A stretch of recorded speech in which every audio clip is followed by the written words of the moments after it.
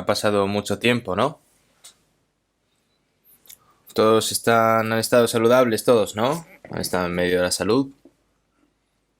Luego tenemos un cántico especial, ¿no? Gracias. Es extraño, ¿no? Porque el orden no es tan normal como antes, ¿no? Y después de mucho tiempo, ¿no? Nos hemos reunido y, y hay que respetar la distancia de seguridad, pero estoy viendo ahora mismo que la distancia de seguridad es demasiada, ¿no? Como han estado acostumbrados a escuchar la palabra en casa, entonces no sé si pienso, ¿no? De que les cuesta ahora un poco más venir ahora aquí, pero esto no puede ser así, ¿no?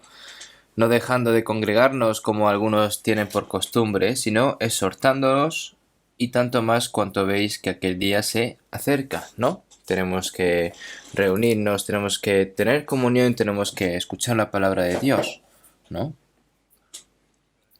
Por lo que esta semana no podemos reunirnos todos. Estamos dividiendo, ¿no? Sobre todo la mitad, ¿no? Pero ahora mismo estoy viendo que ni siquiera la mitad se ha reunido. Están todos muy preocupados. Pienso que es por preocupación. Y los alumnos de primaria, ahora de momento no pueden venir. Que no vengan, de momento.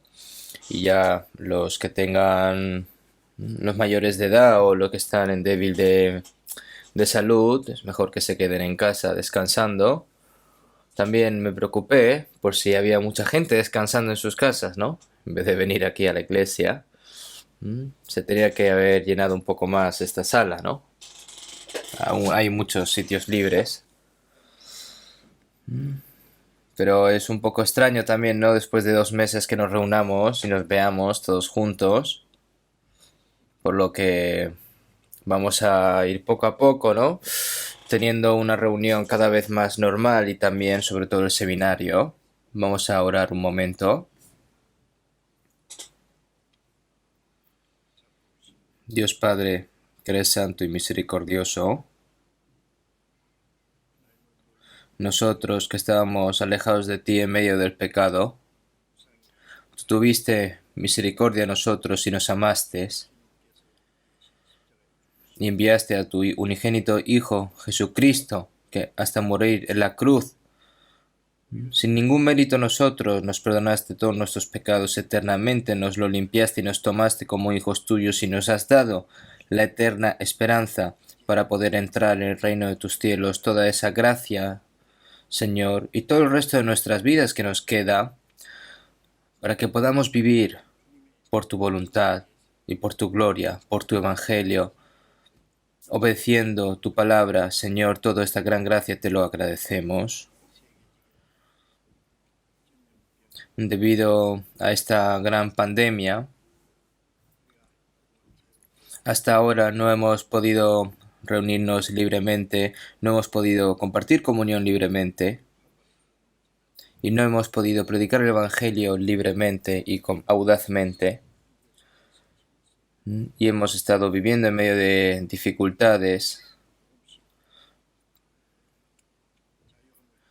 pero tú ahora, Señor, nos estás dando ahora más libertad, nos has permitido reunirnos para poder escuchar tu palabra y este momento, Señor, te lo agradecemos, pero de momento, debido a esta pandemia, hay muchos lugares en el extranjero, sobre todo las iglesias, que no pueden reunirse libremente aún, por lo que, Señor, te pedimos de que ellos estén más cerca de ti, que puedan meditar más tu palabra y que en medio de esta tribulación puedan confiar más en ti y obedecer tu palabra, Señor. Te pedimos de que les permitas estos corazones y sobre todo cuando pase todas estas dificultades, antes de que vengas, Señor, para que podamos reunirnos más libremente y que podamos compartir la comunión y que podamos predicar el Evangelio audazmente. Señor, te pedimos que nos permitas este tiempo, en esta hora, Señor, tú nos has dado el tiempo para poder escuchar tu palabra, pero hay muchos hermanos y hermanas que no han podido venir para poder escuchar la palabra. Por lo que, Señor, los hermanos y hermanas que están escuchando ahora mismo la palabra aquí ahora, o los hermanos y hermanas que están escuchando la palabra en online, o cualquier lugar que estén, Señor, te pedimos de que estés con ellos y que con tu gracia, que con tu palabra y con el poder del Espíritu Santo los sostengas y que los guíes y que les des la gracia y con el poder de tu mano, Señor, de que los sostengas. Señor, te lo pedimos fervientemente. En esta hora, tu palabra, Señor, tu santa voluntad que nos quieres dar, cómo tenemos que convertirnos, en qué personas tenemos que convertirnos, Señor, tú nos enseñas y que podamos cumplir tu palabra el resto de nuestras vidas y que podamos llevar a cabo tu voluntad y que nos lleves a cabo más hacia el camino de tu gloria, Señor. Todo esto lo confiamos en las manos del Espíritu Santo. Hemos orado en el nombre del Señor. Amén. Muchas gracias. Hoy no solo nos hemos reunido en este lugar, sino que hay grupos de personas reunidas en el primer piso, en la cafetería. Estamos aquí reunidos, por lo que pienso que las personas que se han reunido aquí en la sala central son un poco menor de lo que pensaba. Creo que han cometido un pequeño error en el tema de sentarse aquí, en la sala central. Yo estaba preocupado por los sitios, pues iba a faltar, pero... Y los alumnos de secundaria, sobre todo esta semana y la semana que viene, habíamos dicho de reunirnos todos aquí, pero pienso que no han venido muchas personas. Por lo que ya a partir de la semana que viene creo que ya nos vamos a poder reunir más libremente. Vamos a buscar un momento en la Biblia. San Lucas, Nuevo Testamento, San Lucas, capítulo 14.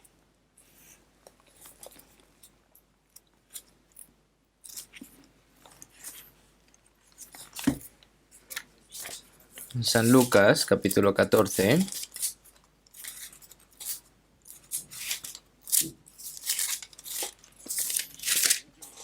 Del versículo 25 al 35 voy a leer yo. San Lucas capítulo 14, versículo 25 al 35 voy a leer yo. Grandes multitudes iban con él, y volviéndose les dijo: Si alguno viene a mí, y no aborrece a su padre, y madre, y mujer, e hijos, y hermanos, y hermanas, y aun también su propia vida, no puede ser mi discípulo. Y el que no lleva su cruz y viene en pos de mí, no puede ser mi discípulo. Porque ¿quién de vosotros, queriendo edificar una torre, no se sienta primero y calcula los gastos, a ver si tiene lo que necesita para acabarla? No sea que después que haya puesto el cimiento y no pueda acabarla, todos los que lo vean comiencen a hacer burla de él, diciendo: Este hombre comenzó a edificar y no pudo acabar. ¿O qué rey, al marchar de la guerra contra otro rey, no se sienta primero y considera si puede hacer frente con 10.000 al que viene contra él con 20.000? Y si no puede, cuando el otro está todavía lejos, le envía una embajada y le pide condiciones de paz. Así pues, cualquiera de vosotros que no renuncie a todo lo que posee, no puede ser mi discípulo. Buena es la sal, mas si la sal se hiciere insípida, ¿con qué se sazonará? Ni para la tierra ni para el muladar es útil. La arrojan fuera. El que tiene oídos para oír, oiga. Hasta aquí.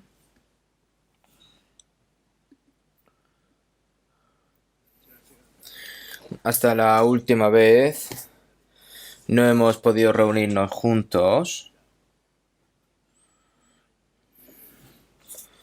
pero hemos podido escuchar la palabra a través de las plataformas online. Entonces pienso que todos hemos podido cumplir esto. En este momento no está bien desarrollado las plataformas online para esta ocasión, pero en cualquier caso los cristianos tenemos que estar agradecidos y estamos agradecidos de que tengamos estas condiciones para poder anhelar y escuchar la palabra en cualquiera de los momentos, ¿no? E incluso ahora, muchas iglesias en todo el mundo, en medio de estas dificultades, no pueden reunirse libremente y no pueden evangelizar y no pueden llevar a cabo su vida cristiana correctamente. En Corea ahora está todo más estable y la propagación de esta epidemia, ¿no?, se ha ralentizado mucho. Pero en Europa y en otros países como Estados Unidos o incluso Japón, que está cerca, la situación está muy, muy difícil. Estoy muy preocupado. Como todos sabemos, estas son señales ciertas, como dijo el Señor, lo que pasará antes de su segunda venida, ¿no? Y por lo que sabemos que todas estas señales son ciertas. Como estuvo escrito en la palabra, mas habrá hambrunas, terremotos, pestilencias. Y debido a esta pestilencia, muchas personas están muriendo. He escuchado esta mañana en África. Hay no sé si es una gripe o un virus. Debido a esta enfermedad, se ha dicho que se han muerto más de unas 700.000 personas. No solo este coronavirus, sino también muchas personas están perdiendo la vida por amenazas, por estos tipos de pandemias, ¿no? Es porque esta tierra no es un lugar en el que se va a vivir para siempre. Por lo que las personas sanas también no saben cuándo ni cómo lo que le va a ocurrir. Realmente nosotros no sabemos qué va a pasar en un día, nosotros hasta hace unos meses no esperábamos que ocurriese todas estas cosas que están pasando ahora mismo, ¿no? Pero en el futuro, creo que todas estas cosas van a ir sucediendo cada vez más. Seguramente, conforme vayan pasando los días, van a ir sucediendo cosas que ni siquiera nosotros nos pensábamos. Y en este momento que hayamos recibido la salvación, tenemos que agradecerlo. Nosotros, si no hubiéramos recibido la salvación, si no tuviésemos la esperanza eterna, cuán pena daría esto, ¿no? Cuán miserables seríamos.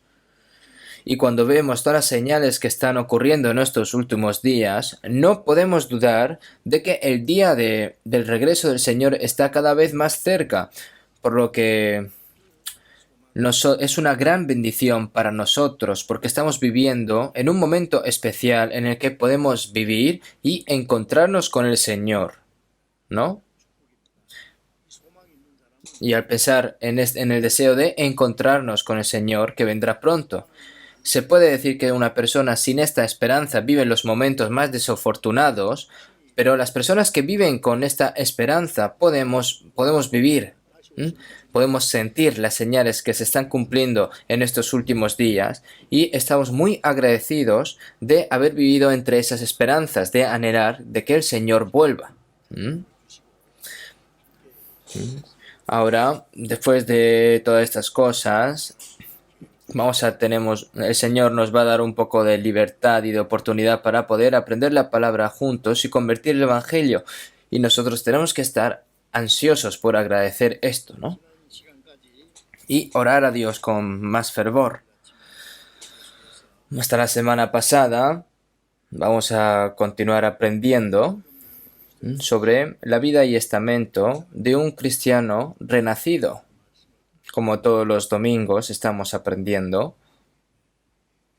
Entonces, hasta la semana pasada, los cristianos renacidos se les ha dado un estamento espiritual, ¿no? No tiene que ver nada con las personas de este mundo, ni una autoridad semejante a las personas de este mundo. el Señor nos dio la autoridad y el privilegio de ser hijos de Dios, y el Señor ha hablado muy cuidadosamente en la Biblia de cómo tienen que vivir los hijos de Dios. Nosotros somos salvos, somos nacidos de nuevo, somos hijos de Dios, hemos obtenido la vida eterna. No solo tenemos que disfrutar con esto, sino como nosotros, como hijos de Dios, tanto como salvos, nuestro estamento es muy elevado y muy precioso. Y nosotros tenemos que aprender a cómo vivir con una persona con ese estamento, ¿no? Se dice cortésmente, ¿no? No solo en medio de palabras, sino nosotros como personas nacidas de nuevo tenemos que vivir una vida apropiada para el estamento de Cristo, ¿no? Así que debemos de tener en cuenta la palabra y practicar lo que estamos aprendiendo hasta ahora, ¿no? La última semana el Señor nos dio el privilegio de ser hijo de Dios y también como sacerdote de Dios, así como el glorioso oficio del sacerdote de Dios y sacerdote de Cristo, ¿no? Y hasta la semana pasada, un cristiano nacido de nuevo también es discípulo de Cristo. Y hoy también, uno de los estamentos de un cristiano nacido de nuevo es que somos discípulos de Cristo, pero este discípulo, ¿cómo tiene que vivir? Nosotros a través de la palabra tenemos que aprender. Ser discípulo de Cristo es algo muy especial. Nadie puede convertirse en discípulo de Cristo así por sí.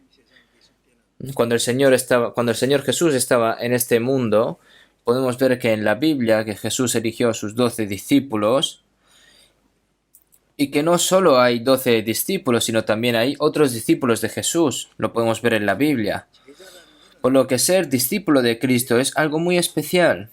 Ahora, no solo los 12, sino todos los cristianos que han nacido de nuevo, como dice la Biblia, se han convertido en discípulos de Cristo sin distinción.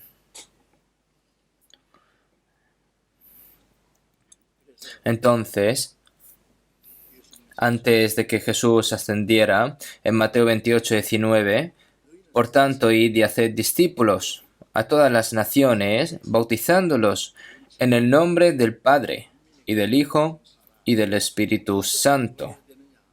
¿Qué hay que hacer? Ir a predicar el Evangelio y convertirlo en discípulo de Cristo, ¿no? Y luego bautizándolos en el nombre del Padre, y del Hijo, y del Espíritu Santo, ¿no? Enséñame a guardar todo lo que me mandaste, ¿no? Hay muchas cosas que están incluidas en esta palabra, ¿no? Y después de la ascensión del Señor, el Espíritu Santo vino sobre nosotros y como cristiano nacido de nuevo, se formó la Iglesia y la Iglesia funciona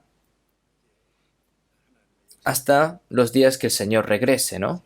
Y aquí yo estoy con vosotros todos los días hasta el fin del mundo. Como esa promesa del Señor hasta ahora está con nosotros, porque el Señor está con nosotros en este momento, por lo que nosotros como discípulos de Cristo, ¿qué tipo de persona tenemos que ser? Durante la semana pasada estuve meditando durante esta semana entera sobre Lucas 14 para ofrecérselos hoy, pero estoy un poco preocupado por si puedo predicar esta palabra correctamente, ¿no?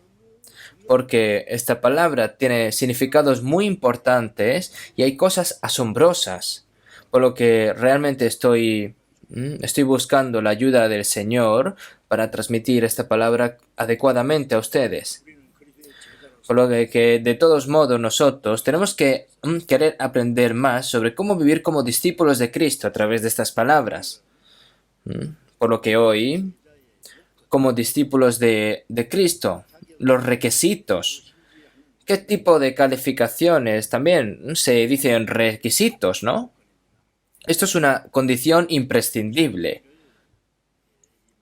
¿Qué es lo que el Señor nos dio?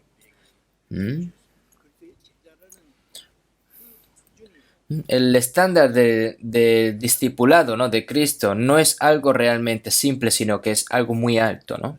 Nosotros debemos de tener las calificaciones y los requisitos como discípulos de Cristo. Pero por supuesto, no, esto no se gana por su propia cuenta. Nosotros, ser hijo de Dios, ser sacerdote de Cristo y ser discípulo de Cristo, esto no se debe a nuestro propio esfuerzo, sino al Señor, que nos ha dado la vida y nos ha dado poder para poder permitirnos hacer esto, ¿no? Dado que el Señor hizo los discípulos de Cristo, nos dará toda la sabiduría y el poder que razonablemente podemos vivir como discípulos de Cristo. Por lo que tenemos que tener, si tenemos ese corazón sincero de querer obedecer la palabra de Dios, por lo que algo que parece imposible se convierte en algo que es posible y tenemos que confiar en ello. Entonces, en este Lucas 14, de 25 a 35, hay muchas cosas que están contenidas aquí. En el 25, si vemos, grandes multitudes iban con él. Y volviéndose les dijo. En ese momento muchas personas estaban yendo con Jesús, ¿no? Estaban siguiendo a Jesús. Como nubes. Se decía multitud, ¿no? Y Jesús observó, volviéndose a esa multitud, y estaba muy y no podía estar tan satisfecho, ¿no? Porque muchos de ellos estaban siguiendo al Señor, pero cuando llegó el momento, pueden dejar en algún momento al Señor. Algunos que pueden seguir al Señor y decir que aman al Señor y seguramente, y luego estaban clamando de que lo crucificasen en la cruz, ¿no? Y que lo maten más tarde. Por lo que el Señor en ese momento no hubiera esperado, no esperó mucho de ellos, ¿no? Grandes multitudes iban con él y volviéndose les dijo, pero viendo aquí, había mucha multitud, pero que se puedan convertir en discípulos de Cristo, el número es muy pequeño, ¿no? Grandes multitudes iban con él, pero para que se conviertan en discípulos verdaderos de Cristo, eran muy pocos. El Señor estaba buscando a esos discípulos y quería educarlos, ¿no? Quería enseñarles. De acuerdo a San Juan 2, del 23 al 25, cuando Jesús realizó el primer milagro y cuando dijo, ¿no? Muchos creyeron en su nombre, ¿no? Muchos creyeron en su nombre, viendo las señales que hacía. Pero Jesús mismo no se fiaba de ellos porque conocía a todos y no tenía necesidad de que nadie le diese testimonio del hombre. Pues él sabía lo que había en el hombre. ¿Qué significa esto? Que las personas creían en el Señor, pero el Señor no creía en ellas, ¿no? Porque ellos no reconocieron su fe. La palabra de creer también se puede decir como confiar, pero esas personas creyeron en el Señor, pero Jesús mismo no se fiaba de ellos porque no conocía a todos, ¿no? Y no tenía necesidad de que nadie lee testimonio del hombre. Pues él sabía lo que había en el hombre, el Señor sabía lo que había dentro de esas personas, porque el pensamiento de esas personas era diferente al pensamiento de Jesús. Y si también miramos en San Juan 6:22, en San Juan 6, en los milagros, ¿no? Hizo pan para 5.000 personas. En ese momento la popularidad de Jesús fue la mejor, ¿no? Porque mucha gente siguió al Señor en ese momento. Pero Jesús respondió y dijo, de cierto os digo que me buscáis, no porque habéis visto las señales, sino porque comisteis del pan y os saciasteis. Trabajad no por la comida que perece, sino por la comida que a vida eterna permanece. Jesús, yo soy el pan vivo que descendió del cielo. Jesús mismo dijo que era el pan de vida. Si alguno comiere de este pan, vivirá para siempre. Y el pan que yo daré es mi carne, la cual yo daré por la vida por el mundo, ¿no? El que come mi carne y bebe mi sangre tiene vida eterna. Entonces los judíos dijeron, ¿qué está diciendo? ¿Que nos lo comamos? No sé qué dice, no es divertido. Y entonces los judíos se fueron de Jesús, ¿no? Cuando Jesús estaba hablando de la vida eterna, ellos se dispersaron. ¿Por qué? Porque los judíos pensaron de que Jesús vino a resolver los problemas físicos, carnales. Pensaba que Jesús venía aquí para conquistar Roma y hacer independiente a Israel y hacer un buen lugar para vivir, pero Jesús no vino para dar esto. Él vino para salvar a los pecadores que estaban dentro del poder de Satanás y destruir el poder de la muerte. Porque este es el pan vivo que descendió del cielo para dar la vida eterna. Y mucha gente se fue porque no era divertido. Entonces, ¿cuántos se quedaron? Los 12. Entonces Jesús dijo a sus discípulos, ¿queréis acaso iros también vosotros? Y Pedro dijo una palabra famosa, ¿no? Pedro dijo, Señor, ¿a quién iremos? Tú tienes palabra de vida eterna. Y Jesús dijo, ¿no os he escogido yo a vosotros los 12 y uno de vosotros es diablo? Uno de los 12 restantes, uno era el diablo, porque el Señor sabía que el diablo estaba obrando. El Señor estaba hablando de Judas Iscariote, ¿no? Que iba a vender a Jesús. En cualquier caso, el número de discípulos de Cristo es muy pequeño. Viendo cuando Jesús estaba en su vida pública, si vemos en Juan 8:30, Jesús realizó el milagro y dijo, hablando él estas cosas, muchos creyeron en él, ¿no? En ese momento, hablando él estas cosas, muchos creyeron en él. Pero en las palabras de Jesús, si vosotros permanecéis en mi palabra, seréis verdaderamente mis discípulos. Y conoceréis la verdad, y la verdad os hará libres. Si vosotros permanecéis en mí, seréis verdaderamente mis discípulos. Dijeron que creyeron y siguieron al Señor, pero no eran verdaderos discípulos de Cristo, estas personas. Si vosotros permaneciereis en mi palabra, seréis verdaderamente mis discípulos y conoceréis la verdad y la verdad os hará libres. Los judíos, ¿no? Decía, ¿no? Los judíos que dijeron, linaje de Abraham somos y jamás hemos sido esclavos de nadie. ¿Cómo dices tú seréis libres, no? Entonces, de cierto os digo de que todo aquel que hace el pecado, esclavo es del pecado, ¿no? Ellos decían que eran libres, pero eran esclavos del pecado. Viendo esto, muchas personas siguieron a Jesús, pero no muchas se convertirían en discípulos de Jesús. Por lo que aquí podemos ver que son muy pocos el número de discípulos. Nosotros, ser discípulo de Cristo es una prueba segura de que somos salvos. Y es una prueba segura de que hemos sido salvos al creer en la gracia de Dios a través de su gracia. Y la verdadera vida cristiana de la persona salva es lo que soy. Ciertamente, un cristiano nacido de nuevo es un verdadero discípulo de Cristo. Yo he recibido la salvación, pero no soy discípulo de Cristo. Entonces es algo porque no sabe, ¿no? Ser discípulo de Cristo también es una prueba de haber nacido de nuevo.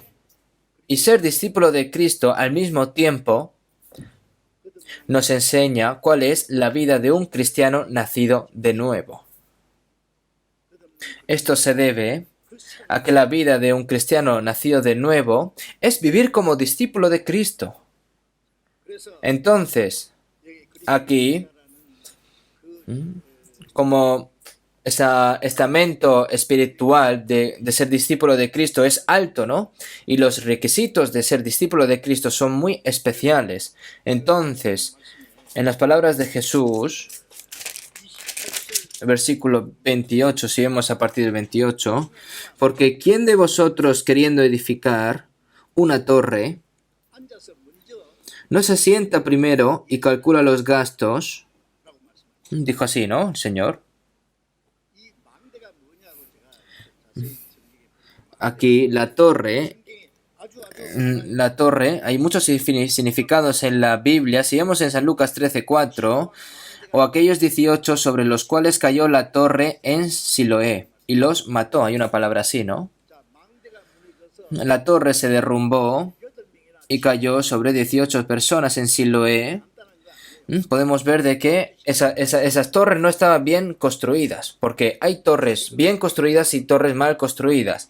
Por lo que viendo aquí acerca de la palabra torre en la Biblia, la torre de vigilancia que vigila al enemigo, también se le dice torre, ¿no? Torre de vigilancia. Y también puede ser un tipo de refugio o una torre sólida.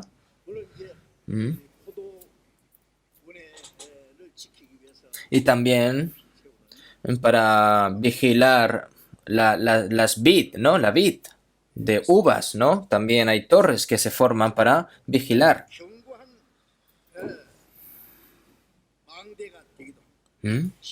Si vemos en Salmo 61:3, la palabra dice, porque tú has sido mi refugio y torre fuerte delante del enemigo. Ha sido un refugio, ¿no? Para proteger. También un lugar para proteger. Así que también la parte del castillo, ¿no? También se llama torre, ¿no? La torre tiene muchos usos. Hay varias torres, tanto torres pequeñas y torres grandes, ¿no? Pero sin embargo, cuando Jesús quiere decir aquí, ¿quién de vosotros queriendo edificar una torre no se sienta primero y calcula los gastos a ver si tiene lo que necesita para acabarla? Si comienzas a edificar una torre sin ningún tipo de pensamiento, al construir, vas a construir solo la base y la base, si no puedes construirla, no sea que hayas puesto el cimiento y no puede acabarla y todos los que lo vean comiencen a hacerle burla de él, ¿no? Como dice la palabra, ¿no? Entonces, esa torre no es algo que tú puedes construir dándole al martillo fuertemente y se construye así. No, no es así. No quiere decir así. Para construir una torre, tienen que pensar primero, sentarse antes de edificar esa torre, porque tiene que saber lo que tiene. Primero tiene que hacer presupuesto, ¿no? Si puede construirlo. Es algo obvio, ¿no? ¿Por qué dice Jesús esta palabra? Porque para construir una torre, se necesita calcular los gastos y saber lo que hay que hacer, pero como discípulos de Cristo, para hacer la obra de discípulo de Cristo, se quiere referir a esto. Para ser discípulo de Cristo, no tiene que prepararse primero. Nosotros cuando hacemos la vida cristiana, ¿no? Andar por la iglesia así sin ningún pensamiento, eso no es vida cristiana. De hecho, es muy fácil recibir la salvación por la gracia de Dios, pero después de recibir la salvación, la vida cristiana apta después de recibir la salvación y de seguir al Señor no es algo muy fácil. Tiene que estar preparado y listo para planificar cómo tiene que vivir un cristiano su vida. Y tiene que calcular gastos, ¿no? Tiene que hacer su presupuesto, su propósito. De lo contrario, su vida en fe va a fallar, como dice así. Podemos transmitir lo que acabo de decir con esta palabra. Por lo que nosotros, para convertirnos en discípulos de Cristo, para seguir al Señor y servir al Señor, y como discípulos de Cristo, llevar a cabo la gran obra que nos encomendó. Y nosotros, para esas cosas, hacemos nuestros planes y tenemos que hacer nuestros presupuestos, nuestros gastos. ¿Qué es esto? Aquí está escrito, ¿no? Si vemos en el versículo 26, Jesús dijo, si alguno viene a mí y no aborrece a su padre y madre y mujer e hijos y hermanos y hermanas y aún también su propia vida, no puede ser mi discípulo. Primero, en los gastos, ¿qué tiene que incluirse en los gastos? En el presupuesto, perdón. Si alguno viene y no aborrece a su padre, madre, mujer e hijos y hermanos y hermanas y aún también su propia vida. y no lo aborrece todo esto, no puede ser mi discípulo. Es algo difícil de entender, ¿no? ¿De qué dice esta palabra? En San Mateo 22:37, Jesús, entre los mandamientos, el más importante y el más grande, es que amarás al Señor tu Dios con todo tu corazón y con toda tu alma y con toda tu mente. Este es el primero y grande mandamiento. Este es el primero y grande mandamiento. Ahora, si divides los 10 mandamientos en dos, ame a Dios con todo tu corazón, con toda su mente y con todas sus fuerzas. Los que aman a Dios pueden amar a sus prójimos. Entonces, a sus prójimos, entonces se divide, ¿no? ¿Por qué Dios le dice a las personas que amen a Dios con todo su corazón, con toda su mente y con toda su alma? ¿Por qué? Porque no hay nadie que pueda amar tal que así. Las personas desde que nacen, ya nacen siendo egoístas. No pueden amar al prójimo, no pueden amar a Dios con toda su vida.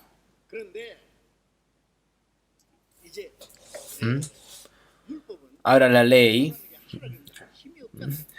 dice que a la gente que tiene que hacer esto, pero las personas no tienen poder para poder hacerlo, ¿no? Y como no pueden, en 1 Juan 4:10, en esto consiste el amor, no en que nosotros hayamos amado a Dios, sino que Él nos amó a nosotros y envió a su Hijo en propiciación por nuestros pecados. Debido a que las personas no pueden amar a Dios, Dios dijo que Dios amó a las personas incondicionalmente, unilateralmente, sin pedirle de que le amasen.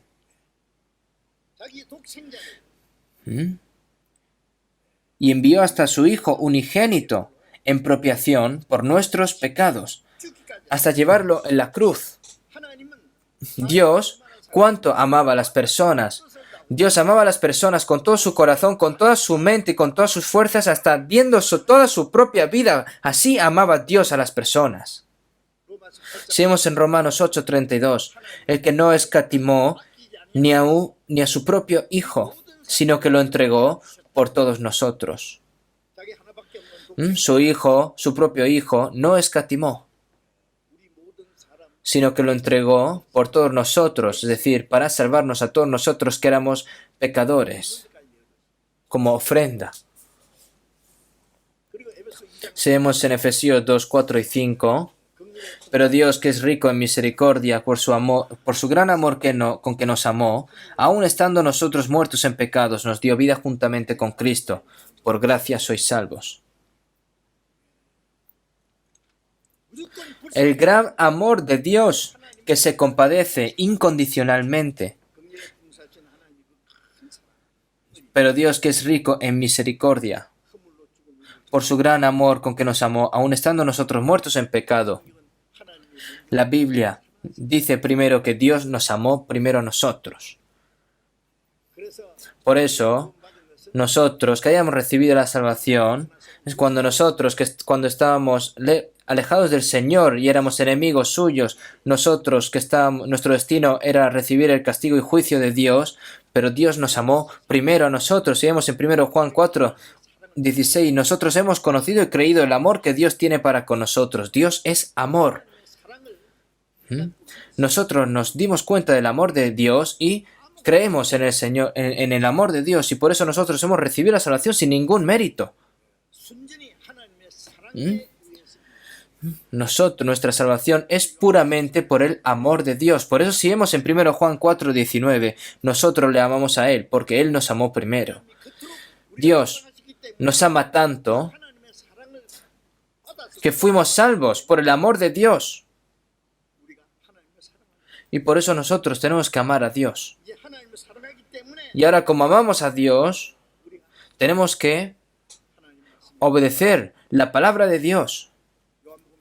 Sigamos en San Juan 15:13. Nadie tiene mayor amor que este, que uno ponga su vida por sus amigos. Vosotros sois mis amigos si hacéis lo que yo os mando. Nosotros que éramos enemigos del Señor por nuestra conducta, destinados a recibir el juicio eterno, de Dios. Él murió por nosotros en la cruz y nos tomó como amigos suyos. Y el Señor, para tomarnos como amigos suyos, el Señor murió como ese amigo que murió por otros amigos, ¿no? Y nosotros hemos recibido ese amor en nuestros corazones. Ahora que amamos al Señor, es el resultado de recibir ese amor, ¿no? No importa cuánto amamos al Señor, no podemos compararlo con cuánto amor nos amó el Señor a nosotros. Nosotros podemos tener muchas cosas que amamos, pero nada puede compararse con el amor del Señor. Debemos de amar y honrar a nuestros padres que nos dieron luz y nos criaron. Tienen que amar a su esposa y a su esposo. Y tienen que amar también a su hijo y a su hija. Pero ese amor, sobre todo, por encima de todo ese amor está el amor del Señor. No hay nada que esté más arriba que el amor del Señor. Nada. Y nada se puede amar más que el Señor. Todas las cosas, el Señor que nos salvó, tenemos que dejarlo todo debajo de los pies del Señor. Amo a mi esposo, amo a mi esposa, amo a mi hijo e hija, pero no puedo amarlos más que el Señor. Ningún amor puede interponerse entre el Señor y nosotros.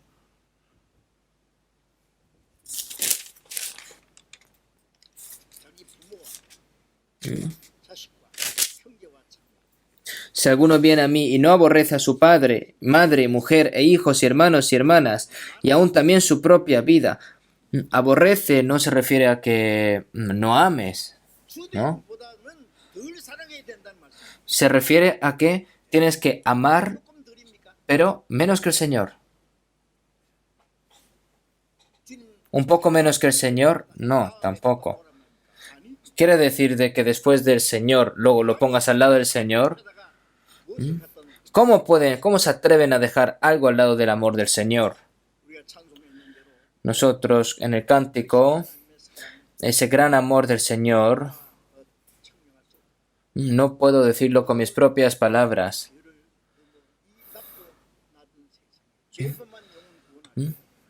Señor que envió hasta su Hijo propio unigénito como sacrificio para limpiar nuestros pecados eternamente, para salvarnos en ese cielo tan alto en el que estaba, dejó ese sitio glorioso para venir aquí a este mundo, enviando a su Hijo unigénito para morir en la cruz por nuestros pecados, para salvarnos.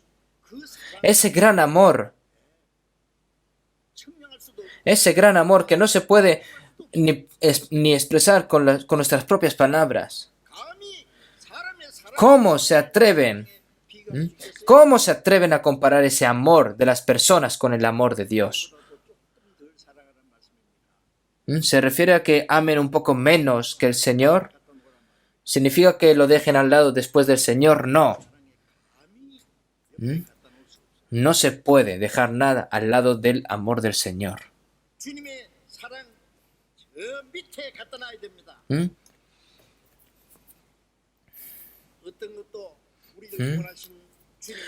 El Señor que nos amó, ese amor no se puede comparar con nada. Ese amor,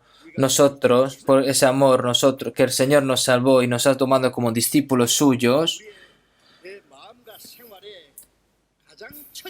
Ahora, el Señor tiene que sentarse en el sitio más alto de mi vida.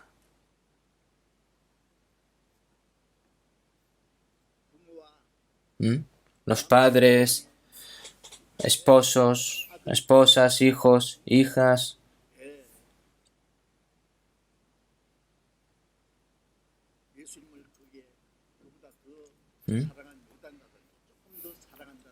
Que Jesús ama más que eso o un poco más. Eso no tiene sentido. Tienen que pensar.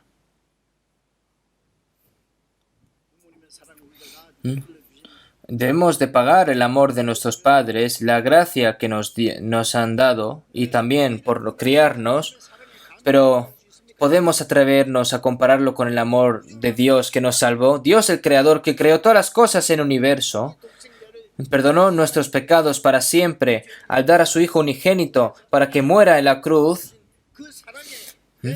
Eso es menos de una fracción del amor que el Señor nos dio a nosotros para salvar nuestras almas. Y entonces, al recibir todo esto, nosotros somos dignos de amar al Señor, como el Señor nos amó a nosotros. ¿Estamos viviendo dignamente? Nosotros debemos de buscar la paz y la felicidad de nuestra propia familia, de nuestros seres queridos y los beneficios de nuestras familias, pero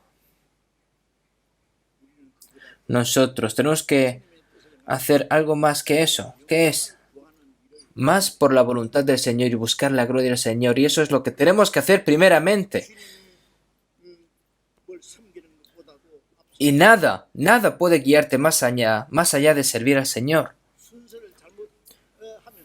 Si llevas a cabo el orden incorrectamente, causará una verdadera confusión en nuestra vida en fe.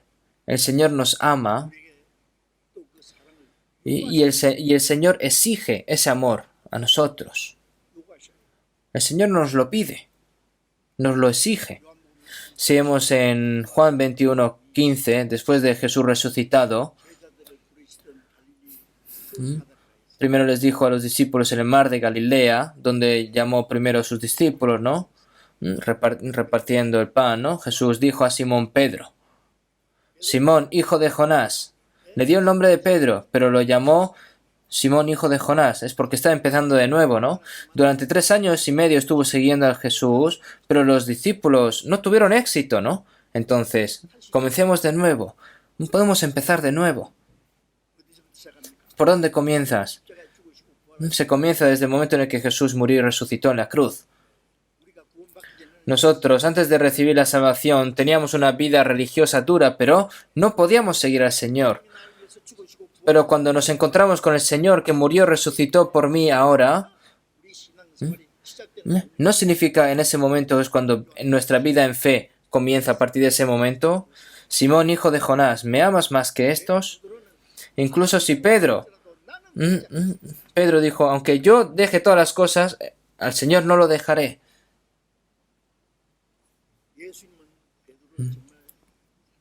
Jesús realmente amaba a Pedro. ¿Por qué?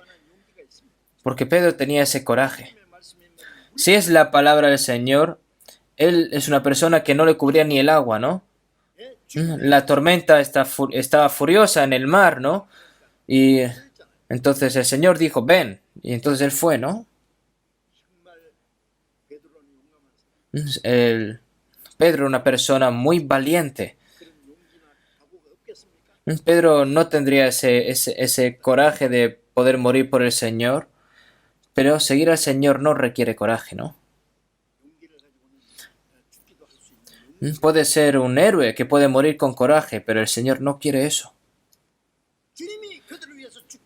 El Señor no ha muerto por ellos, pero el Señor no les permitirá morir por ellos. ¿Y cómo fue entonces?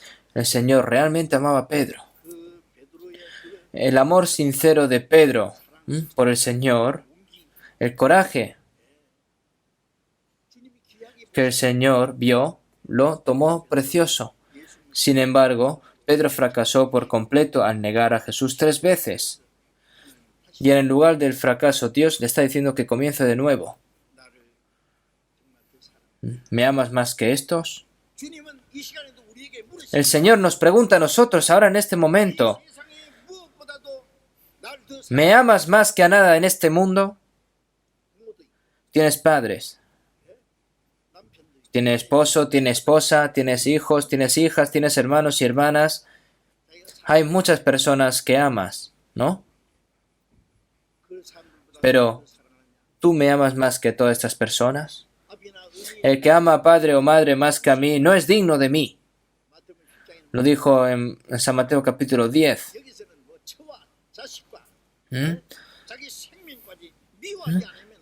Por lo que aquí que dice, ¿no? Que dice, si alguno viene a mí y no aborrece a su padre y madre y mujer e hijos y hermanos y hermanas y aún también su propia vida, no puede ser mi discípulo. No se refiere aquí a aborrecer, a no querer, sino que no amen más todo lo que acabamos de leer, más que el Señor. Entonces, todas estas cosas tenemos que dejarlo en los pies del Señor, no al lado, en los pies, lo más abajo. ¿No es así? ¿Cuánto debemos de amar al Señor? Y aún también su propia vida. Si no se aborrece, no puede ser mi discípulo.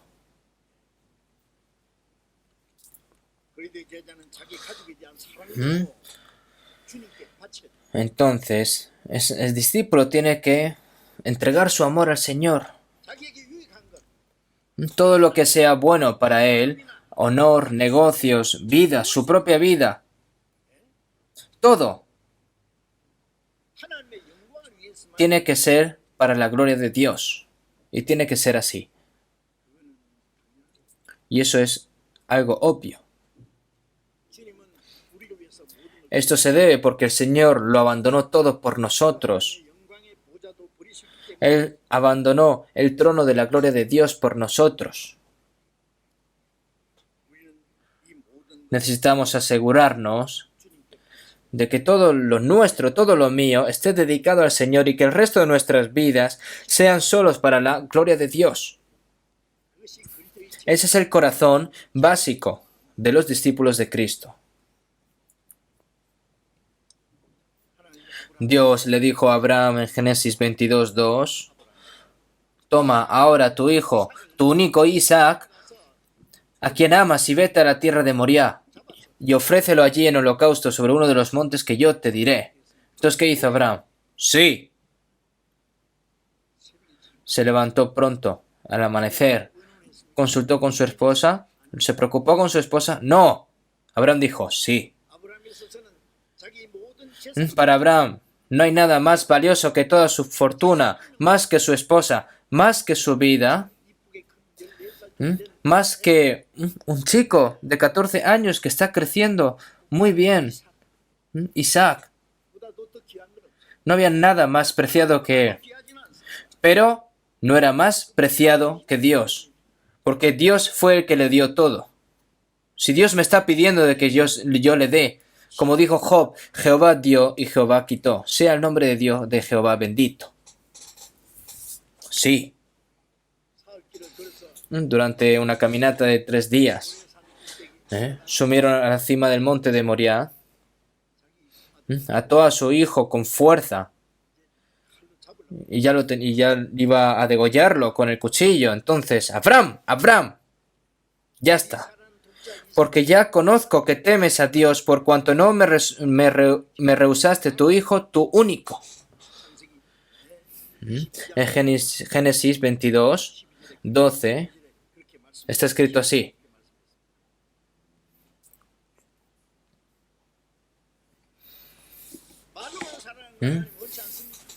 El Señor no quiere que amemos al Señor con las palabras, no quiere que amemos con el corazón. El Señor quiere verlo a través de las obras. Dios no te amó solo con la palabra. De hecho, incluso dio a su Hijo unigénito hasta morir. Porque de tal manera amó Dios al mundo que ha dado a su Hijo unigénito en la cruz.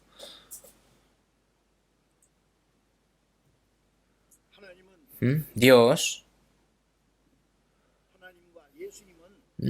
y Jesús no son nadie que nos dice de que hagamos cosas que ellos no hicieron. Dios envió a su Hijo unigénito que dejó la gloria en el reino de los cielos, que vino a este mundo malvado, duro, oscuro, y lo envió hasta morir en la cruz. Jesús incluso murió en la cruz para salvarnos. El pecador que iba a ser abandonado para siempre, para no abandonarlo, el Señor abandonó a su Hijo unigénito. Jesús dijo, Dios mío, ¿por qué me has desamparado? ¿Por qué me has abandonado? Para no abandonarnos a nosotros, Él abandonó a su Hijo amado unigénito.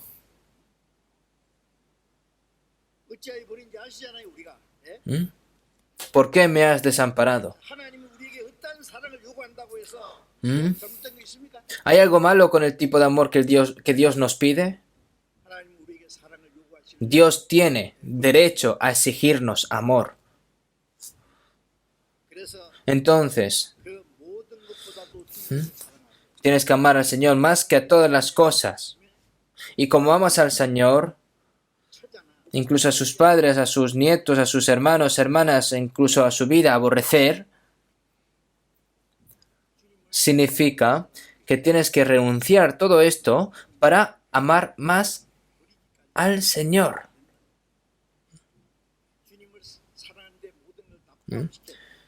Al amar al Señor se necesita incluir todo.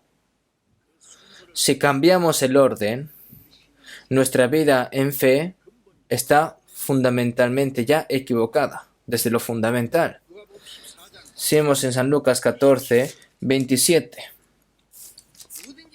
Y el que no lleva su cruz y viene en pos de mí, no puede ser mi discípulo. Ahora, debemos de ir un paso más, ¿no? Y el que no lleva su cruz y viene en pos de mí,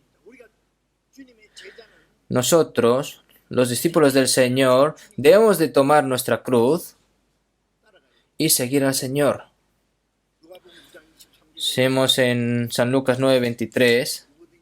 Y decía a todos, si alguno quiere venir en pos de mí, niéguese a sí mismo, tome su cruz cada día y sígame. Porque todo el que quiera salvar su vida, la perderá, y todo el que pierda su vida por causa de mí, ésta la salvará. Entonces, ¿qué se refiere a negarse a sí mismo? Renunciar a toda nuestra autoafirmación, nuestra voluntad propia, nuestro deseo propio, nuestra planificación personal. Hay que renunciarlo todo. Si no te niegas a ti mismo, no puedes llevar la cruz. ¿Qué estaba Jesús orando fervientemente en la noche antes de que Jesús fuese arrestado? ¿Qué dijo? Padre mío, si es posible, pase de mí esta copa. Es el sufrimiento de la cruz, pero no sea como yo quiero, sino como tú. Renunció a su voluntad y a lo que quiere realmente hacer, todo eso se lo entrega al Señor.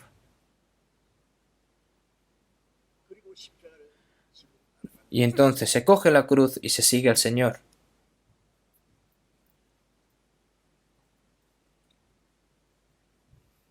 Seguimos en San Juan 19, 17. Y él, cargando su cruz, salió al lugar llamado de la calavera y en hebreo Gólgota. Jesús lo único que tenía era la cruz.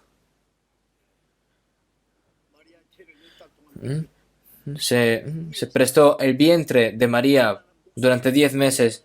Nació en un pesebre pobre. Tomó prestada una familia de un pobre carpintero durante 30 años y todo lo demás. También todo pidió prestado, un burro por un tiempo. Lo único que era del Señor, lo único que era de Jesús era la cruz. Y también el sepulcro también estuvo alquilado, ¿no? Estuvo prestado. Solo piensa en el sufrimiento del Señor que ha hecho todo por nosotros. El Señor se entregó por nosotros hasta que murió en la cruz.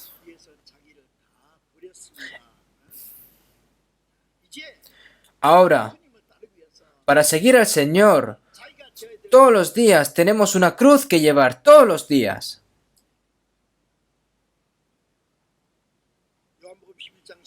Si vemos en San Juan 11, 16, cuando Jesús estaba al otro del Jordán, Cuando escuchó que Lázaro estaba enfermo, Jesús le dijo a sus discípulos: nuestro amigo Lázaro duerme, mas voy para despertarle. Entonces sus discípulos: Señor, si duerme, sanará. Entonces dice: Lázaro ha muerto. Le dijeron los discípulos: Rabí, ahora procuran los judíos apedrearte, ¿y otra vez vas allá? ¿Y qué dijo Juan? Sí. ¿Qué dijo el escéptico Tomás? Dijo entonces Tomás, llamado Dídimo, a sus condiscípulos: vamos también nosotros para que muramos con él.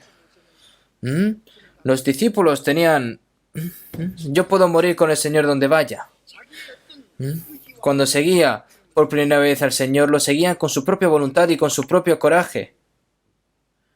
Pero ellos no pudieron seguir al Señor hasta el final. En cuanto el Señor fue arrestado, todos se escaparon. Y el Señor lo permitió. Pero después de la resurrección de Jesús, después de la muerte y su resurrección, ¿qué es? Después de salvarnos, los discípulos no siguieron al Señor con su coraje y voluntad, sino ahora con el poder de la vida del Señor y el Espíritu Santo. Hasta el final. Todos los 12 discípulos fueron martirizados. El apóstol Juan está escrito de que fue el que más tiempo vivió, pero en la época del emperador Domiciano se arrojó a un horno de petróleo y cuando estaba en la isla de Patmos y escribió el libro de Apocalipsis, incluso su hermano Jacobo murió primero, ¿no? Todos los discípulos murieron por el Señor. Dieron sus vidas. Ese es el camino del discipulado. Si vemos en Filipenses 1:29, porque a vosotros os es concedido a causa de Cristo. No solo que creáis en Él, sino también que padezcáis por Él. Ahora, la persona salva, ¿cuál es el propósito de que salvó? Para que sufra con el Señor. ¿Por qué da sufrimiento? Porque a través del sufrimiento es como se aprende del Señor. Jesús, si vemos en Hebreos, ¿no? Y aunque era hijo, por lo que padeció, aprendió la obediencia, y habiendo sido perfeccionado, vino a ser autor de eterna salvación para todos los que le obedecen. El Señor también sufrió por nosotros. Y aunque era hijo, por lo que padeció, aprendió la obediencia.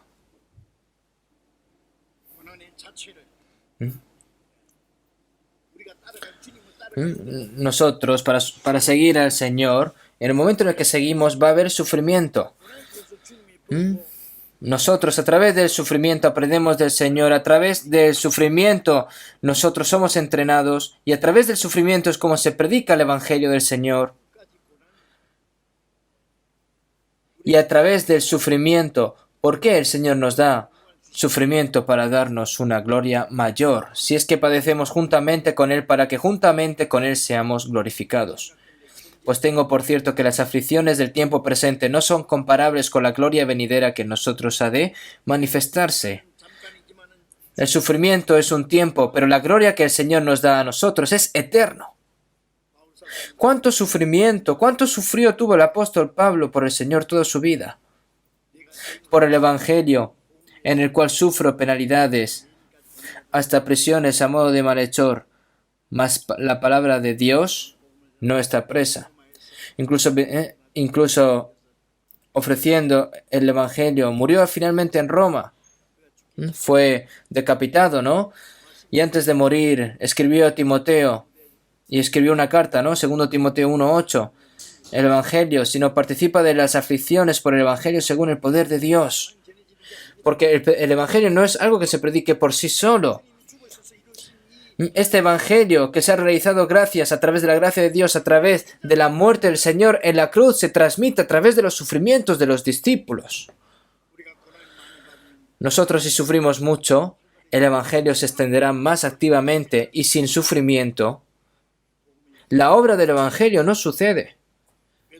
Si vemos en 1 Pedro 4:14, si sois vituperados por el nombre de Cristo, sois bienaventurados porque el glorioso Espíritu de Dios reposa sobre vosotros. Nosotros, cuando somos sufridos por el Señor, el Espíritu de Dios está con nosotros. ¿No es algo asombroso? La cruz es sufrimiento, la cruz es la muerte, ¿no?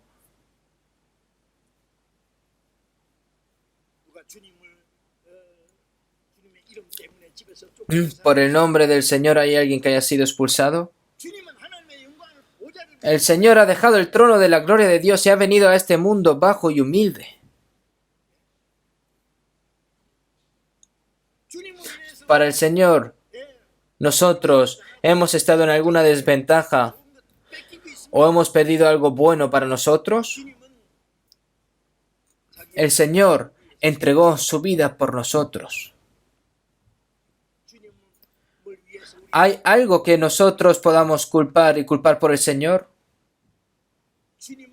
El Señor fue deshonrado por su pueblo.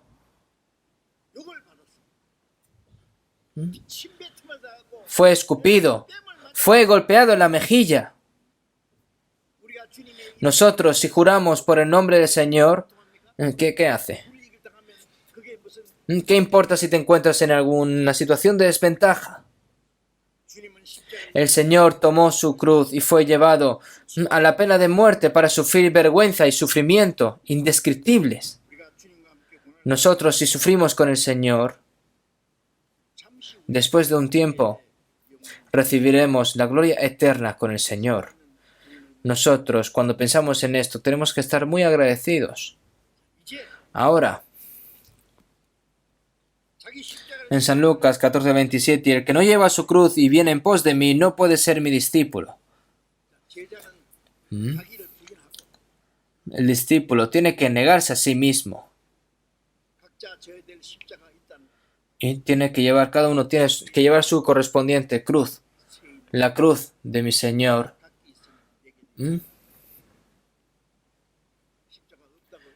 Que no tiene cruz. La forma de la cruz es diferente, pero cada uno tiene su cruz. Pedro murió al revés y André murió en forma de X, ¿no? Pero el sufrimiento de cada persona que murió puede ser diferente, pero hay una cruz de sufrimiento de cada uno de ellos. Es inevitable que un discípulo de Cristo tiene que tomar su cruz.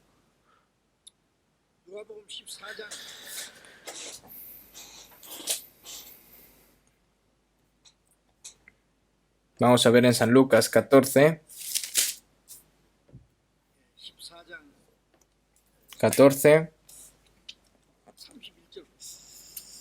31.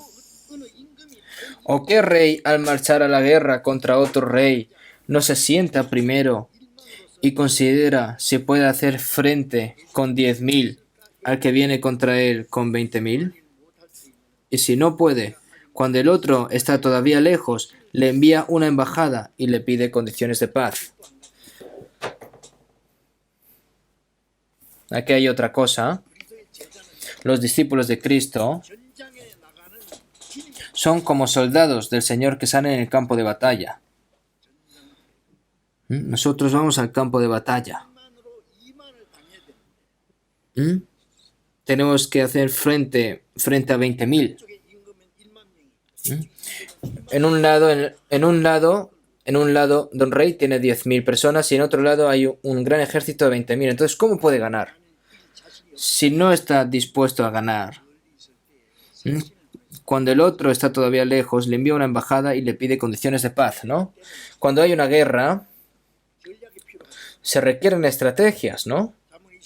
Si vemos en Proverbios 20:18, los pensamientos con el consejo se ordenan y con dirección sabia se hace la guerra, ¿no? Si vemos en Proverbios 24:6, porque con ingenio harás la guerra. El ingenio es sabiduría, ¿no?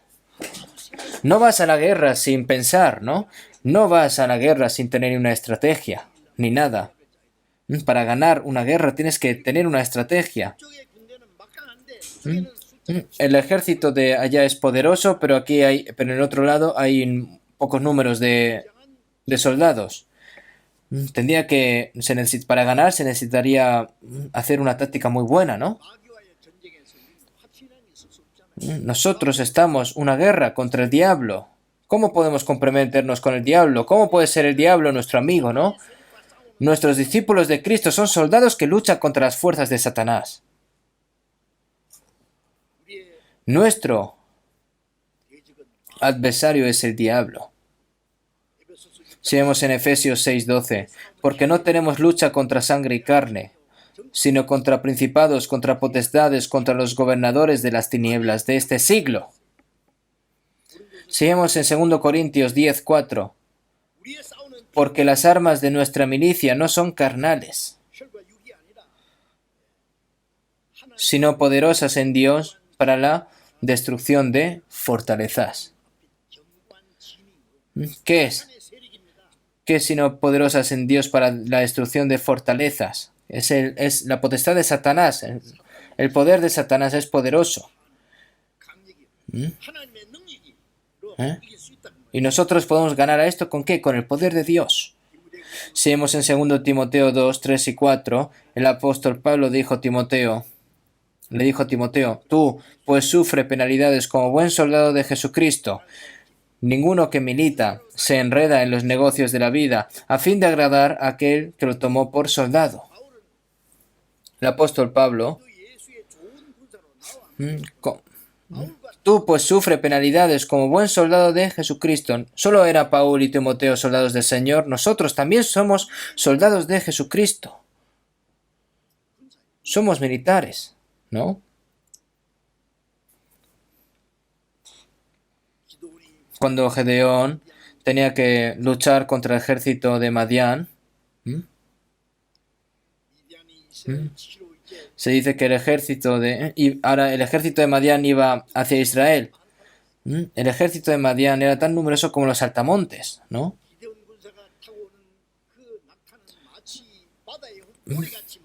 Y la caballería de soldados era como la arena del mar. Y venían muchas personas, ¿no? Muchos soldados. Entonces, ¿cómo iban a ganar?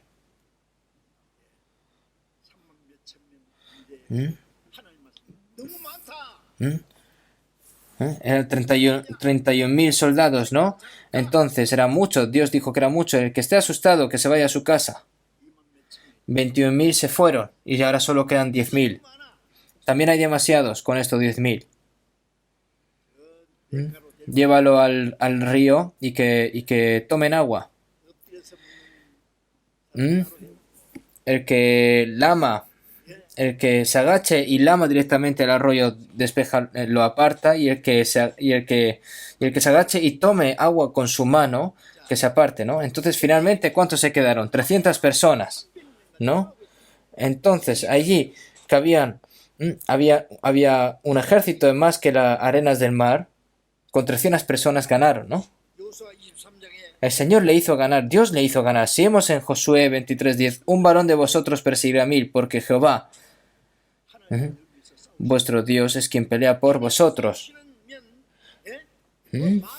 Si el Señor pelea con ellos, aunque sean 20.000 o 30.000, el Señor no va a poder ganar.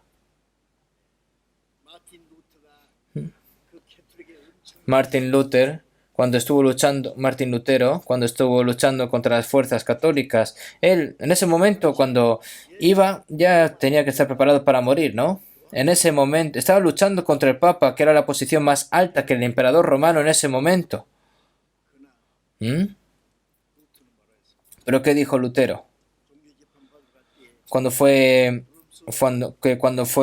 condenado por Inquisición, ¿no? Él dijo, iré con el Señor incluso si tengo más enemigos que estos, ¿no? En ese momento fue sentenciado a muerte. Quien golpee a Lutero o lo mate no pasa nada. Y Lutero dijo, no puedo negar nada de lo que he dicho sobre la Biblia.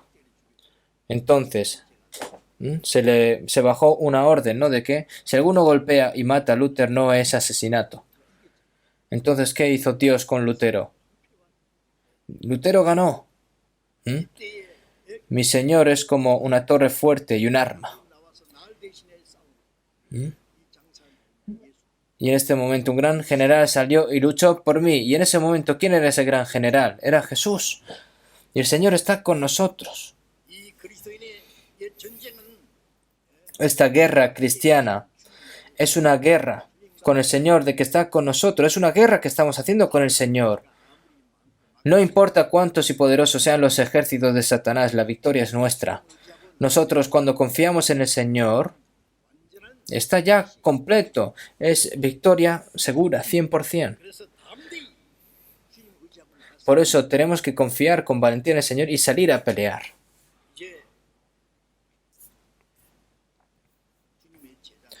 Ahora los discípulos del Señor tienen que confiar en el Señor y si luchan con determinación de morir, tener miedo a morir y escapar, entonces no va a ganar. Sería una guerra espeluznante, ¿no? San Lucas 14, versículo 33. Así pues, cualquiera de vosotros que no renuncia a todo lo que posee, no puede ser mi discípulo. Aquí, en esta palabra. Así pues, cualquiera de vosotros que no renuncia a todo lo que posee, no puede ser mi discípulo. Un discípulo de Cristo tiene que abandonar todas sus posesiones. Su cuerpo, su alma, sus talentos, su riqueza, su negocio. Su hogar, su familia. Todo. Todo lo que uno posee. Todo lo que tienes.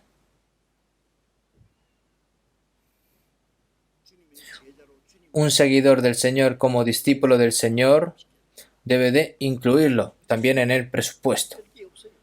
No hay nada que restar allí. Significa que hay que entregarlo todo al Señor. Porque originalmente nada es nuestro, porque todo es del Señor. Es dar lo que es tuyo al Señor. Seguimos en Romanos 14, 7, 8. Porque ninguno de nosotros vive para sí y ninguno muere para sí. Pues si vivimos para el Señor vivimos y si morimos para el Señor morimos. Nosotros somos del Señor. Si vemos en 1 Corintios 6, 19, ¿o ignoráis que vuestro cuerpo es templo del Espíritu Santo, el cual está en vosotros, el cual tenéis de Dios, y que no sois vuestros? Porque habéis sido comprados por precio, glorificad pues a Dios en vuestro cuerpo. Viva o muramos. Tenemos que morir por el Señor. ¿Por qué? Porque es del Señor. Tenemos que entregar lo que es nuestro, realmente es del Señor, y tenemos que entregarle eso al Señor aún así. Entonces, ¿cuán estricto es este estándar de ser un discípulo de Cristo? Es alto, ¿no? Es algo increíblemente difícil seguir al Señor. ¿Pero esto se lo está diciendo a personas especiales? No, se lo está diciendo a todos los cristianos, salvos. Y también se nos está diciendo ahora, en este momento, a nosotros. Si todas mis cosas no se convierten del Señor, yo no me puedo convertir en algo realmente del Señor.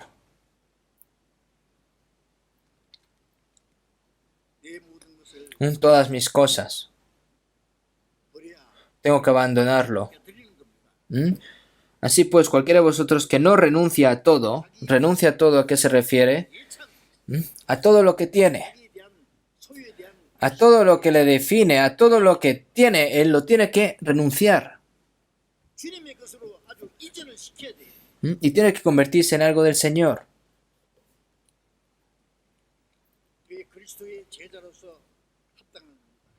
Eso es vivir dignamente como discípulo de Cristo. Después de que todo haya sido llevado ante el altar del Señor, entonces tendré una comunión con el Señor.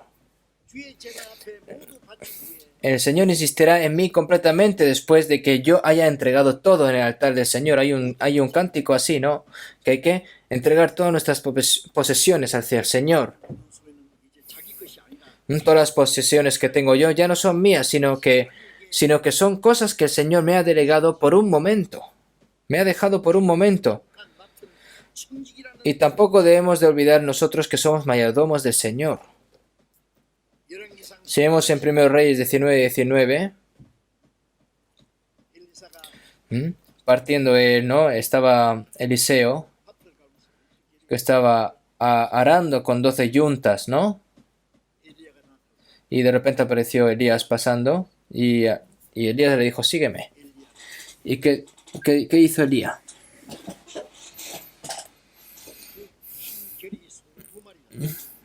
Caraba con 12 yuntas, ¿no? Es decir, luego son dos vacas, ¿no? Los cogió. Y en ese yugo que estaba hecho de madera, ¿no? Se quemó y se hizo la carne. Se entregó a la gente. Luego lo tiraron todo y luego siguió a Elías. Miren a las personas cuando fueron llamadas por el Señor. Si vemos en San Mateo 4:18, andando Jesús junto al mar de Galilea, vio a dos hermanos, Simón, llamado Pedro, y Andrés su hermano, que echaban la red en el mar porque eran pescadores, ¿no? Eran pescadores, ¿no? Jesús le dijo, seguidme. Y entonces ellos dejaron todo, dejaron a su propio padre, dejaron todo y siguieron al Señor. Y si vemos en San Mateo 9:9, Mateo trabajaba con el banco de los tributos públicos, ¿no? Era un lugar donde se pagaban los impuestos. Estaba en un sitio bueno, en un buen sitio como funcionario, ¿no? Y Jesús lo vio y le dijo, sígueme. Y en ese momento dejó todo y lo siguió. Esa persona es Mateo, que escribió San Mateo. Y viendo a los discípulos que siguieron al Señor, lo dejaron todo tal como estaban inmediatamente. Y Moisés se negó a ser llamado hijo de la princesa de Faraón. ¿Para qué? Para ser usado por Dios. Y abandonó todos los tesoros de Egipto, ¿no? Teniendo por mayores riquezas el vituperio de Cristo que los tesoros de los egipcios, porque tenía puesta la mirada en el galardón. Él tenía su mirada, ¿dónde? En el galardón. Él dejó todo. Moisés lo dio todo por el Señor. Él estaba mirando el galardón eterno. Y el apóstol Pablo, seguimos en Filipenses 3:7, pero cuántas cosas eran para mí ganancia. Las he estimado como pérdida por amor de Cristo.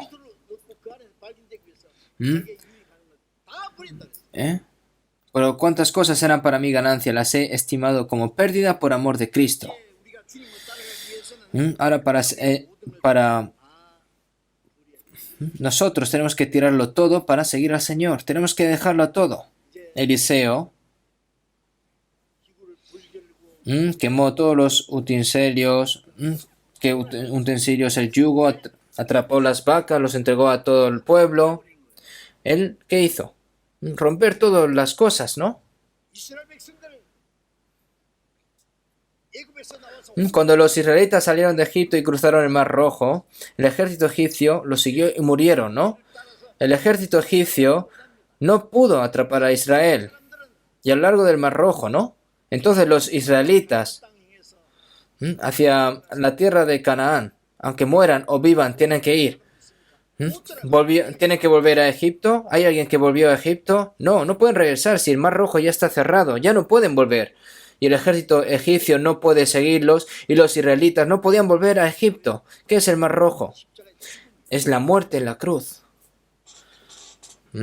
Seguimos en Gálatas 5:24, pero los que son de Cristo han crucificado la carne con sus pasiones y deseos. Nosotros, los que somos salvos en este mundo, somos muertos. Dios te permite volver Todos los que regresaron todos los que querían regresar murieron en el desierto. Nosotros, si tratamos de regresar al mundo, sufriremos aún más hasta que nos rindamos. Así también vosotros consideraos muertos al pecado, pero vivos para Dios en Cristo Jesús. Ahora, como los israelitas iban dirigiéndose a la tierra de Canaán, nosotros tenemos que dirigirnos hacia el reino eterno que Dios nos ha prometido, que es el cielo. Las fuerzas del mundo que intentan sacarnos de la gloriosa esperanza del mundo están muertas con el Señor, fueron ya sepultadas. Tengo que dejarlo todo en el altar del Señor. Lo he dejado ya todo delante del Señor. Así pues, cualquiera de vosotros que no renuncie a todo lo que posee no puede ser mi discípulo. ¿Qué piensan? ¿Hay algo que sigue siendo suyo? Aunque tú digas que esto es tuyo, no es tuyo, es del Señor. Es algo que el Señor me ha confiado por un momento. Y todo me fue dado para la voluntad y para la gloria de Dios. No debes de pensar que es tuyo. Si crees que es mío, no tienes la libertad para utilizarlo por el Señor. Y luego, siguiente, seguimos 34, versículo 34. Buena es la sal, mas si la sal se hiciera insípida, ¿con qué se sazonará? Ni para la tierra ni para el moladar es útil.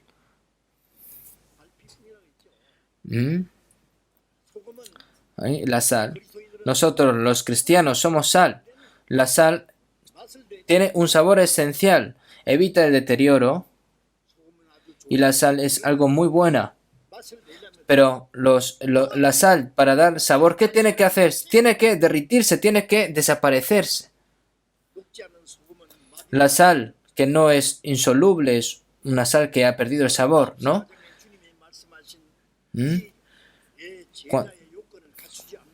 Cuando vemos que este Lucas 14, entonces, las personas que quieren convertirse como discípulos del Señor tienen que derretirse. Como sal tiene que derretirse. Una persona que es egoísta, una persona que es egocéntrica, no puede ser discípulo de Cristo. No puede ser usado por el Señor. Es una persona muy inútil. Es una verdadera contradicción que un cristiano nacido de nuevo, como discípulo de Cristo, y tiene que vivir dignamente como discípulo de Cristo, pero que no viva así sería una realmente contradicción. Y esto no debe de ser así. Nosotros no debemos de olvidar este importante hecho de que somos discípulos de Cristo.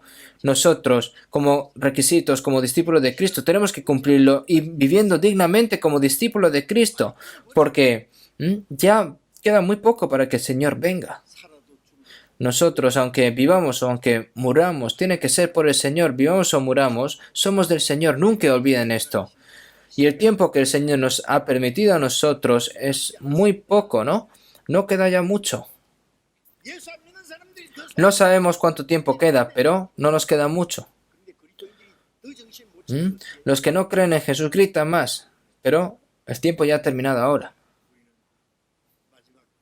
Ahora nosotros, en esta última oportunidad, nosotros como discípulos de Cristo tenemos que vivir dignamente, tenemos que vivir valientemente, tenemos que vivir maravillosamente y participar en la gloria cuando el Señor venga el Señor a nosotros, ¿no? Vamos a terminar con una oración. Dios santo, que eres santo y misericordioso. Nosotros que éramos enemigos tuyos por medio de nuestras iniquidades y por medio de nuestros pecados, que estábamos llamados y éramos dignos para recibir el juicio eterno, enviaste a tu Hijo unigénito Jesús hasta morir en la cruz, derramando su preciosa sangre. Has limpiado nuestros pecados eternamente, sin ningún mérito, por lo que ahora, Señor, el resto de nuestras vidas queremos vivir dignamente como discípulos tuyos, queremos vivir correctamente. Y como discípulo de Cristo, Señor, te pedimos de que guíes nuestro corazón, de que gobiernes nuestro corazón y nuestra mente para vivir dignamente como discípulos tuyos, y que nuestro corazón no sea robado por las cosas mundanas, por las cosas carnales, sino que vivamos o muramos, que todo sea por tu voluntad y por tu gloria, Señor. Te pedimos de que nos gobiernes y que nos uses, Señor, Dentro de poco, Señor, que nos vamos a postrar enfrente de tu gloria, para que podamos postrarnos sin ningún tipo de vergüenza, Señor. Te pedimos de que con tu santo poder y con tu santa mano nos uses, Señor. Hemos orado en el nombre de Jesucristo. Amén.